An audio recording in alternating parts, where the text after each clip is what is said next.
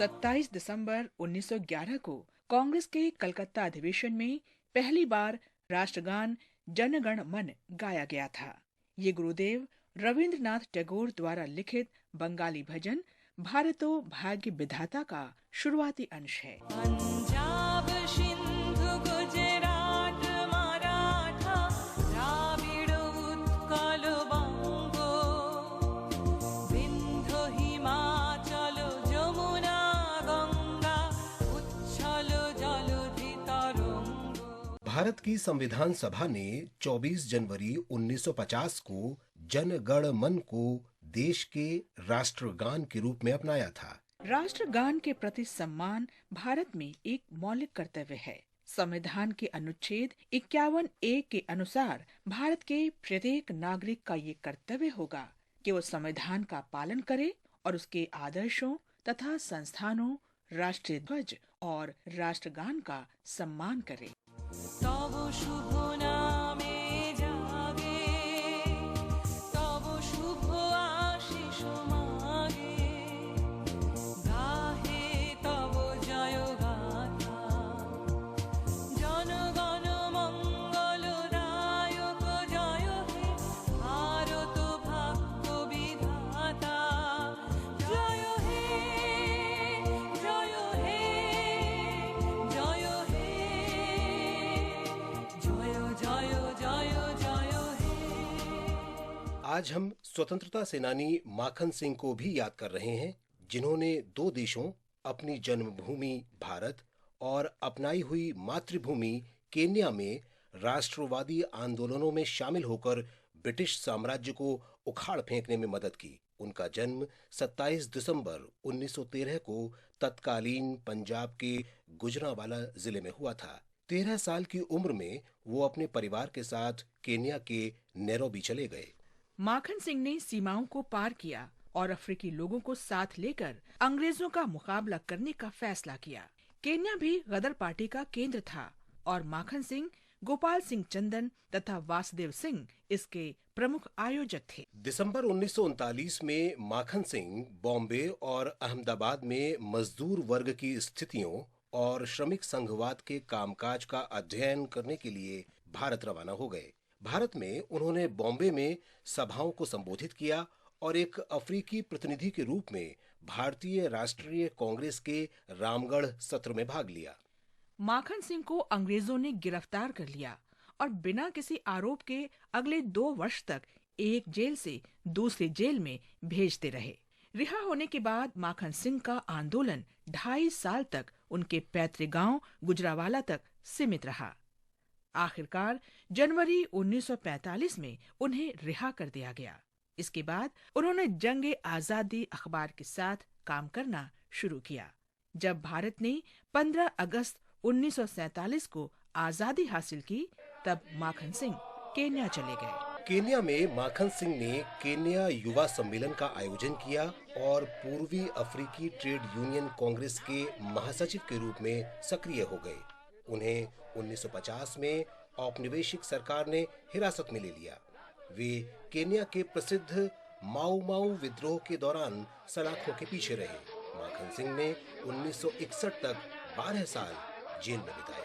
1963 में केन्या को स्वाधीनता मिली और माखन सिंह को देश में स्थायी निवास प्रदान किया गया। वे अंत तक अलगाव की राजनीति को चुनौती देने के लिए प्रतिबद्ध रहे और अपने अंतर्राष्ट्रीय संघर्ष के माध्यम से महात्मा गांधी और नेल्सन मंडेला जैसे महान नेताओं के बीच अपना स्थान बनाया।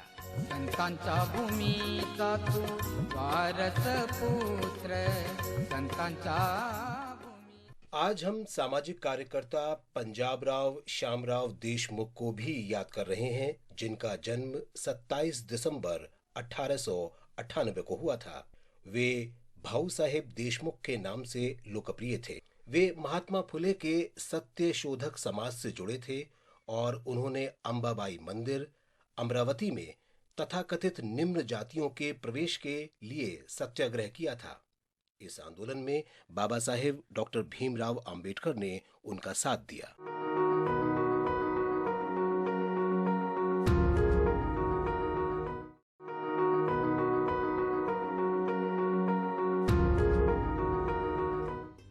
26 दिसंबर महान क्रांतिकारी स्वतंत्रता सेनानी शहीद ऊधम सिंह की जयंती है। 1899 में पंजाब के संगरूर जिले में जन्मे ऊधम सिंह का मूल नाम शेर सिंह था। 20वीं सदी के शुरुआती दशकों में बड़े होने के बाद वो पंजाब में राजनीतिक घटनाओं जैसे 1914 की कामागाटा मारू घटना और गदर पार्टी के गतिविधियों से अत्यंत प्रभावित थे। 1919 में जब जलियांवाला बाग में जनरल डायर का पागलपन देखा तो ऊधम सिंह 20 साल के थे।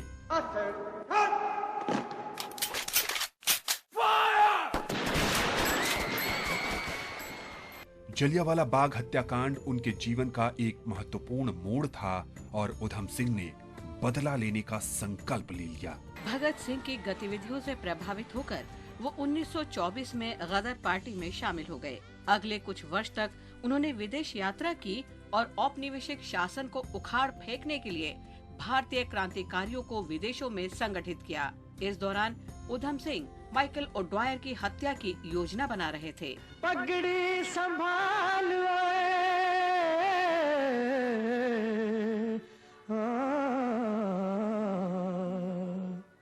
पगड़ी संभाल तेरा लुट गया माल पगड़ी संभाल जट्टा। जलियांवाला बाग हत्याकांड के 20 साल बाद ऊधम सिंह ने 14 मार्च 1940 को लंदन में एक बैठक में माइकल ओड्वायर को गोली मारकर अपना वायदा पूरा कर दिया। माइकल ओड्वायर जलियांवाला बाग की घटना के समय पंजाब के लेफ्टिनेंट गवर्नर थे। ड्वायर की हत्या ने ब्रिटिश अधिकारियों को झकझोर कर रख दिया। मुकदमे के दौरान जब उन्हें मौत की सजा सुनाई गई तो ऊधम सिंह ने अपनी मुट्ठी हवा में बंद कर ली और जोर से चिल्लाने लगे। The accused would be hanged till death. Down with British imperialism! Down with British tyranny! Inqilab Zindabad! Inqilab Zindabad! Inqilab Zindabad! इसके तुरंत बाद उन्हें उत्तरी लंदन के पेंटोविल जेल में लाया गया, जहां उन्हें 31 जुलाई 1940 को फांसी दी गई। আমার দেশের মাটি তোমার পরে ঠেকাই মাথা। 26 दिसंबर को बीना दास की पुण्यतिथि भी है। बीना दास पश्चिम बंगाल की एक क्रांतिकारी स्वतंत्रता सेनानी थी, जिन्होंने बंगाल के तत्कालीन गवर्नर की हत्या करने का प्रयास किया था। তোমাতে বিশ্বমায়ের আঁচল পাতা। 24 अगस्त 1911 को कृष्णानगर में जन्मी बीना के पिता बीनी माधव दास कटक में शिक्षक थे। सुभाष चंद्र बोस उनके छात्रों में से एक थे। उनकी मां सरला देवी एक सामाजिक कार्यकर्ता थीं। कम उम्र में बीना दास कोलकाता में महिलाओं के लिए एक अर्ध क्रांतिकारी संगठन में शामिल हो गईं। उनकी एक सहेली सुहासिनी गांगुली थी, जिन्होंने उनका परिचय बंगाल क्रांतिकारी पार्टी से कराया। तभी बीना ने बंगाल के राज्यपाल की हत्या करने का फैसला किया। उस समय बीना कलकत्ता विश्वविद्यालय से स्नातक की पढ़ाई कर रही थी। 6 फरवरी 1932 को बीना दास विश्वविद्यालय के दीक्षांत समारोह हॉल में कपड़े के नीचे एक रिवॉल्वर छिपाकर चली गईं। उसने गवर्नर जैक्सन पर 5 गोलियां चलाईं। 21 साल की उम्र में उन्हें गिरफ्तार कर लिया गया और 9 साल की सजा सुनाई गई। ब्रिटिश सरकार ने उनका स्नातक प्रमाण पत्र भी जब्त कर लिया। जेल से छूटने के बाद उन्होंने भारत छोड़ो आंदोलन में भाग लिया। आजादी के बाद उन्होंने साथी स्वतंत्रता सेनानी ज्योतिष भौमिक से शादी की। बाद के वर्षों में उन्होंने एक पेशे के रूप में अध्यापन को अपनाया, लेकिन पेशेवर रूप से उन्हें नुकसान हुआ क्योंकि उनके पास स्नातक प्रमाण पत्र नहीं था। सामाजिक कार्यों में उनके योगदान के लिए उन्हें 1960 में भारत सरकार द्वारा पद्मश्री से सम्मानित किया गया। अपनी पति के मृत्यु के बाद वे ऋषिकेश चली गईं। उन्होंने अपना शेष जीवन स्वतंत्रता सेनानियों को सरकार द्वारा प्रदान किए जाने वाले हर तरह के पेंशन से इनकार करते हुए बिताया। 1986 में एकांत और गुमनामी में उनकी मृत्यु हो गई। 2012 में ब्रिटिश सरकार द्वारा रोके जाने के लगभग 80 साल बाद बीना दास को प्रीतिलता वड्डेदार के साथ कलकत्ता विश्वविद्यालय द्वारा मरणोपरांत स्नातक प्रमाण पत्र प्रदान किया गया। हम धरती की इस वीर बेटी को सलाम करते हैं। তোমার পরে খেলা